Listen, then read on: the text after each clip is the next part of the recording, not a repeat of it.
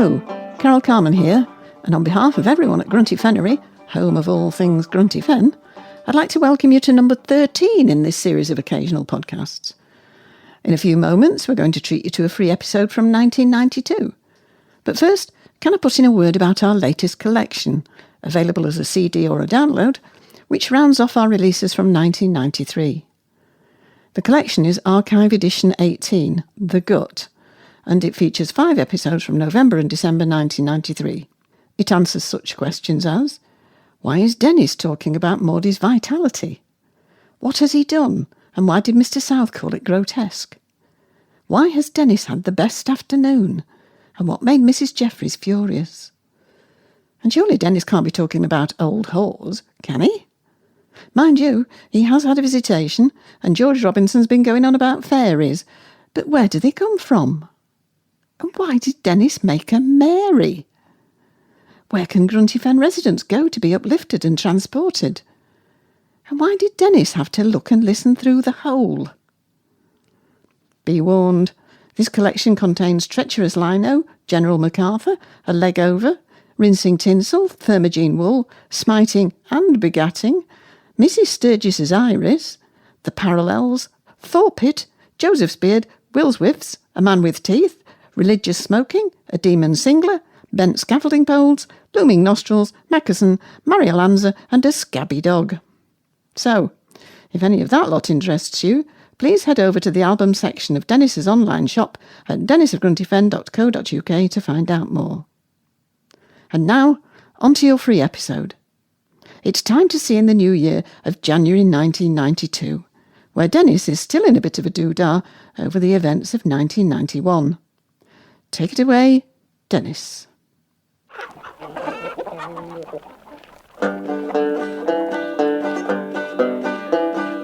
Fen tigers got dewdrops on their nose. Fen tigers got webs between their toes. Fen tigers catch eel and grotto fight.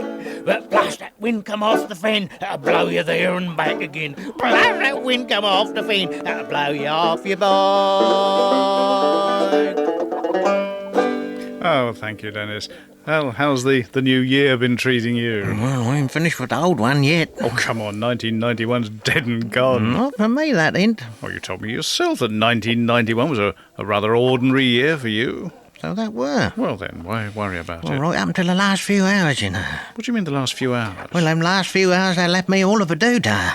What on earth happened in the I've last... been all of a doodah ever since. What happened in the last few hours of 1991? Me all of a doodah, that did. What was doodah about the last few hours of 1991? Can you be more specific? See, that was when we were invited to tea with Miss Edwards and Miss Edna, you know. What have you done at the post office? Me and me gran. 3:30 on December the 31st. See, that was the Tuesday, last day of the year. I see. Up there we presented ourselves, you know. Tea at the post office? That doesn't sound particularly doodah-provoking, if I may say so. Although I'm rather glad to hear your granny had a chance to get out of the LNER. I suppose George Robinson ran her down in his van, did he? See, he'd have run anybody down the state he were in. Oh, dear. I had to barrow her down, you know. Barrow? Oh, George was too drunk, yeah. Barrow? You took your granny down to the post office in a barrow? Yeah, well, she couldn't walk, could she? Well, not at 92, I suppose. It was hard enough getting her across to puddle, you know. The great puddle that always engulfs your yard. What did you do then? You put your granny in a filthy garden barrow? And filthy? That's me best barrow, that were. She sat there like a mahajama in a howdy-do. What do you mean a mahajama in a howdy-do? Well, one of them Indian toffs on elephant, you know. I've seen pictures of them and I that. think not a mahajama, a maharaja. Oh, no, And a something like that. howdy-do. You mean a howdah? One of Well, those yeah. little sort of sheds you would call them on the top of an That's elephant. right, yeah. Anyway, did you make your granny comfortable? We put all cushions all around her. She was very comfortable, Mrs. Those cushions she makes herself? Yeah, The that's ones with right. the proverbs and the words of homely wisdom that she embroiders on them? Yeah. With all the spelling mistakes. mistakes. Yeah. Well, she don't know about them, you see. They say that trouble is that's her old eyes. She can't see what she's broidering, and she let her old attention wander sometimes. Yeah, with you know. somewhat unfortunate results. I remember one embroidered cushion that read, "Look before you leer." And there was bless this horse. Too many cooks spoil them both. Home is where the heat is. Every clod has a silver lining. There's a new one now, you know. Oh dear, there's a new one. What's it say? Well, that's her old eyes, you know. They keep letting her down. You're getting it wrong, and Well, what does it say, the new one? many a slip twixt cup and lap. So you loaded your granny into a wheelbarrow surrounded by these extraordinary cushions. Well, that ain't easy. I'll tell you that ain't easy. She's a big old gal, you know. And it's only a little old barrow. It's lucky I put on them stabilisers, you know. Stabilisers on a wheelbarrow? You see, when she starts to go, there's no holding her. She fell right out once, right in front of the bull. Oh dear. Ain't Embarrassing, happened right. since I fitted the stabilisers. What are these stabilisers you fitted your granny's That's a barrow? brilliant bit of engineering, that is. A couple of struts, you see, either side of the barrow with a pair of pram wheels on them, you see. And that way, I mean, me grand tilt a bit, the struts ought to break her fall, you Very see. sophisticated. I'm sure Isambard Kingdom Brunel would have been most Yeah, impressed. sort of belt and braces, you might We still say. don't seem to be any nearer understanding how the last few hours of 1991 revolutionised your view of the entire year. Just hold you tight, I'm coming to that. Well, please get on with it. Well, as fast as I can. It wasn't such a bloomin' tear, you are. That's your trouble. Anyway, you got to the post office for tea at 3:30 on Right. Tuesday, New She Year's always Eve. put on a good spread, you know. Oh, Miss Edwards' teas. They're good spread, yeah, aren't well, they? that's easy when you got your own shop, isn't it, really? Well, what did this splendid spread consist of? 2 cartons of Jaffa cakes, box of macaroons, Say. carton of savoury tartlets, whole box of chocolate fingers, and then for ages, you know. Half a pound of garibaldis and some rich tea assortment. Really, a splendid spread. Yeah. Incidentally, Dennis, I hope that when you took tea with these two maiden ladies, you minded your manners, didn't you? Minded me manners? Minded me manners? How do you think I were brung up? Do you think I'm common or something like that? Of course I minded me manners. Oh, sorry, I didn't Of course mean... I minded me I manners. didn't mean to offend you. I know how to behave in polite company. Oh, good. I I never won't- said a word about the sell-by dates. What do you mean the sell-by dates? Well, I couldn't help noticing on the cartons and boxes of Jaffa cakes and that, they said 1989. They were mostly 1990, but I pretended I hadn't seen. My gran was quite glad, really. I'm sure she was glad. I bet she was very glad that you didn't draw her attention to the fact that you were eating cakes and biscuits and things that had long passed their sell-by date. I think your granny was very pleased indeed. No, she was glad the Garibaldis were so old, you see, because they'd gone soft. That saved her having to dunk 'em, you see. Because she loved a Garibaldi. But see, she were wearing her dream of Owen teeth in case she were asked to entertain after tea, yes, you of see. And course, sometimes people like her to whistle after a repast, you know. Yes, and her dream of Olwyn teeth are her whistling teeth. Anyway, the tea seems to have been a great success. How did this make a difference to 1991, Well, I'm Dennis? coming to that. Well, I would do as you would. I mean, what happened after tea? I suppose you loaded your hapless grandmother back in her barrow and wheeled her back to the LNER, She were did you? keen to go. She was getting us a fidgety in that, you see. Of course she would be. I mean, at her age, even tea at the post office must be tiring, She was mustn't it? fretting about the cat. Oh, yes, the cat, that obscenely filthy creature with the crisp fur. That ain't filthy. That is do its filthy. best to keep clean, but that's got the rheumatism that can't get its leg up round its back and get its head round Yes, all and then right. lick its... Yes, I don't think we want to hear what it Anyhow, can't all lick. that stuff, that's accumulated, you know. Yes, I know the story, and it acts as camouflage, enabling the cat to creep up on rats and mice undetected. Yeah, that's why that's called SAS cat, isn't it? Dennis, will you please explain what happened at Miss Edwards that had such a dramatic effect that it changed your whole view of 1991? Now, you say your granny was keen to get home after tea, then Oh, what? see, if she don't feed the cat, that'll get vicious. Vicious, the cat gets vicious. And when that cat get vicious, they start breaking crockery, doesn't it? How on earth can a vicious cat break crockery? Well, see, that sit on top of the meat safe in the wardrobe porch. Yeah. And if you're late feeding it, that Yes. start banging its tail ever so hard against the side of the LNER. What's this you got to see. do with the crockery? Well, see, that cat's tail, that's a blooming hard. That's like a Tail? rod, you see, and that go bang, bang, bang against the side of the railway carriage. And see, that reverberating, isn't it? Reverberate? Yeah, that reverberating, that shake the plate rack, you see. It must have a very powerful That tail. broke egg. cup last time me gran were late feeding it. So your gran was naturally keen to get home from tea at Miss Edwards, if only to save her egg cups. Trouble was, Miss Edwards and Miss Edna, they kept on sort of delaying our departure, you know. What do you mean delaying your Well, departure? Miss Edwards said since me gran were wearing her dream of Alwyn's, that seemed a pity not to feel the benefit. Oh, you I see. So your gran had to whistle for her hostesses, Well, did she she? whistled beautiful. She whistled, "We'll gather lilacs," and then she done "Abide with Me." Oh, I bet Miss Edwards was delighted with that. Oh, yes, so was Miss Edna. She said that one of me gran's best renditions she'd ever heard of "We'll Gather Lilacs." Really? Except for the caraway seed what got lunged under her dentures, you know. That were her upper plate, you Dennis. see. Got right down behind her molars, you know. Really? She reckoned that brought her down an octave. Well, that's what Miss Edwards said. Really? didn't Well, you? she's very musical. I mean, she'd notice a thing like a caraway Yeah, seed she affecting did a that. whistler's pitch, wouldn't she? Yeah. Yeah. Anyway, after the whistling of "Abide with Me" and "We'll Gather Lilacs," you finally loaded your granny into the barrow and started to trundle her home. Well, that's the thing. See, Miss Edwards, she started asking me to do one or two little jobs about the place. you Little see. jobs? Well, my gran were getting more and more sort of what you might call fractious. What you about the see. cat, I suppose? No, about the ducks. See, the ducks needed feeding too, and Brian get bilious if he's fed late, you know. Brian the guard dog. What sort of jobs did you... Well, he had me fitting a new wire on the cheese cutter in the shop, and then I was helping carrying a crate of liniment for a new display, what she were planning. Really? Then I had to sharpen the bacon slicer Quite a myself, list of and- jobs, quite a and list she then- had. And then, yeah. of course, her overflow were dripping, you know. Miss Edwards was dripping. I had to bend her arm. You had to bend Miss Edwards up? I had to bend the ballcock arm, you see, on her system. Anyway, you got all these jobs done in the end, and you were able to load your granny into the barrow for the journey home. Well, not exactly. Well, you mean you hadn't finished all your jobs, or what? Just as I done the last one, reaching down some hurricane lamps what Miss Edwards couldn't quite get to because they was Yeah. up on the top Yes, shelf, you yes, see. And yes, just as I yes. got them down and me gran was saying, well, that's been a lovely time. We'll all got to get home and be on our Yes, way now, you yes. see. I see her do it myself. I see her do it with my own eyes. What? She done it on purpose. What? That weren't no accident, I reckon. What? Well, she gave that a nudge with her elbow. Miss and she Edna? thought I weren't looking, you see. What did she do? Well, she brought the whole bloomin' pyramid of sink-tidies crashing down myself.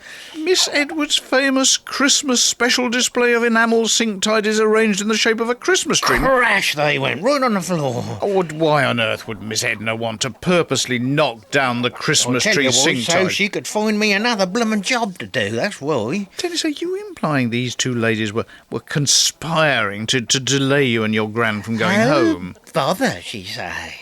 Miss Oh, Edna? bother. Dennis, would you be a dear and help me build 'em up again, she say. So then you had to start stacking sink-tidies. I was saved by the bell, missus. What bell? Well, the bell in the kossak. Cossack. Just outside the post office, telephone kossak. Dennis, it is not a Cossack, it is a kiosk, a telephone kiosk. Anyway, the bell was ringing, the telephone bell in the She Cossack. said, Oh, you got go me and saying it answer now. that, will you, say Miss Edwards? Leave the sink-tidies, I can manage them. So you went to answer the phone, did you? Yeah. You don't often speak on the phone, do you? Last time, or it was when Stan's car broke down on the way to Yarmouth a couple of years ago. I remember it well. Yeah. Anyway, who was phoning Grunty Fen telephone kiosk on a Tuesday afternoon in December? Well, I got in and I lifted up the receiver and I heard this old foreign lady. An old foreign lady? Yeah, she was quite old and she talked ever so funny, you know. What did this funny old foreign lady say? She said, "Hi, Denny." Hi, Denny. Yeah, she said. How does she know your "Hi, name? Denny," she say. "That you, son?" Son? Yeah. Dennis? What did you say? I said, "Who's speaking, please?" But Dennis... Was it Grunty Fen 243? Dennis, I don't think... Who do you want to speak to? I said, and this voice on the phone, you see. Yes, yes. Miss South. Yes, tell me. This voice, this old foreign lady. Yes, yes. Well, she was speaking sort of American, Dennis, that well. what did she say? Miss South, she said, "It's your ma, Denny." Mother. Dennis, I mean, this is fantastic. You haven't spoken to your mother for... Well, it must be 40 years. Well, I said, "Sorry, you can't speak to me mother. She's in Calhoun." Oh, I see. You didn't realise it was her. Well, I mean, Calhoun, Georgia, she's been living there since she was a GI bride. I mean, that's more than 40 years ago, isn't it? She left Grunty Fen and went to live in America with Buzz. That solely dawned on me, you know. That were her. She sounded ever so clear, that was marvellous, really. That was clear, and when I found Miss Edwards from the other side of Methwold Hive, you know. You actually spoke with your mother? Yeah. Dennis, what did you talk about? Well, it was all of a doodah, you see. I told her about me broad beans was Your looking broad all right. They beans? was coming through nicely, Well, didn't you tell her about Maudie Deeks, your girlfriend? Yeah, and I told her about how the Bramley had come down in a hurricane, and I told her Dennis. how that shook the privy, but whole privy held, After 40 years, you start talking about a And privy. I told her how dry that had been, but that hadn't affected the paddle. The whole paddle was still there, just the same as that had always been. And I said, because you see, there hadn't been enough rain for more than 2 or 3 years. That's what you spoke about. 40 years of silence between you and your mother, and you talk about the privy and broad beans and the fact that it had been a dry year. What did your mother say to that? I forgot to tell her so many things, She said she Wasted opportunity. She said she wanted to talk with her mother. See, that was me gran. Yes, you I see. worked that out, And, yes. and Miss Edwards, she brought out a Lloyd loom chair for me gran to sit on just outside the kossak. Kiosk. Yeah, where we had to sort of stretch the flex of the phone far as we could. And Yes. you see, me gran sat there and she spoke to me ma. And then, do you know what? What?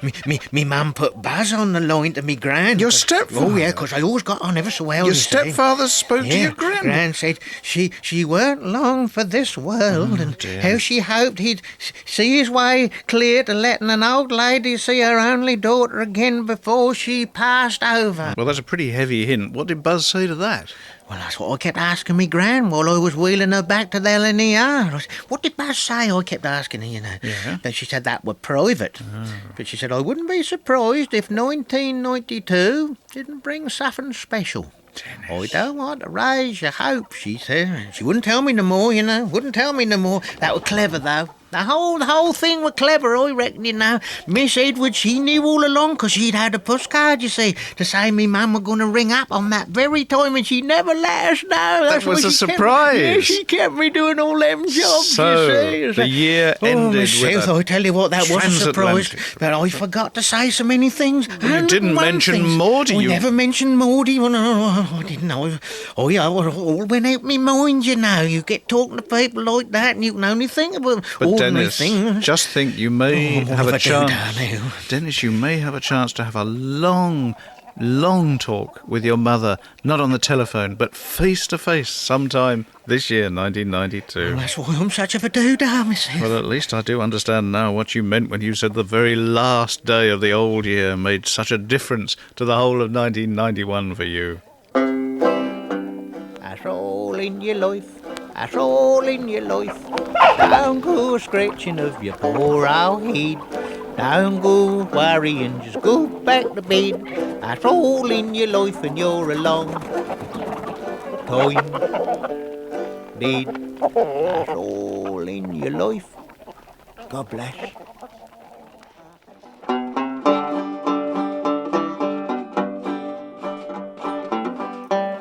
Fancy Dennis not mentioning Maudie. He was definitely all of a dither and all of a doodah. Thank you for listening to our podcast. There's plenty more information about Dennis, Mr. South and the wonderfully bleak world of Grunty Fen on our website, dennisofgruntyfen.co.uk, where you'll find previous podcasts and Dennis's online shop selling books, greetings cards, maps and recordings, including our latest release, Archive Edition 18. You can follow Dennis on Facebook, and if you'd like to join our mailing list so we can let you know when a new podcast or CD is coming out, please email us on info@dennisofgruntyfen.co.uk. We won't bombard you with stuff, but may surprise you a couple of times a year with an email. From all of us here, we hope you have a very happy and peaceful new year, and with a bit of luck and a following wind, we'll see you again in 2026. Take care, and remember, that's all in your life.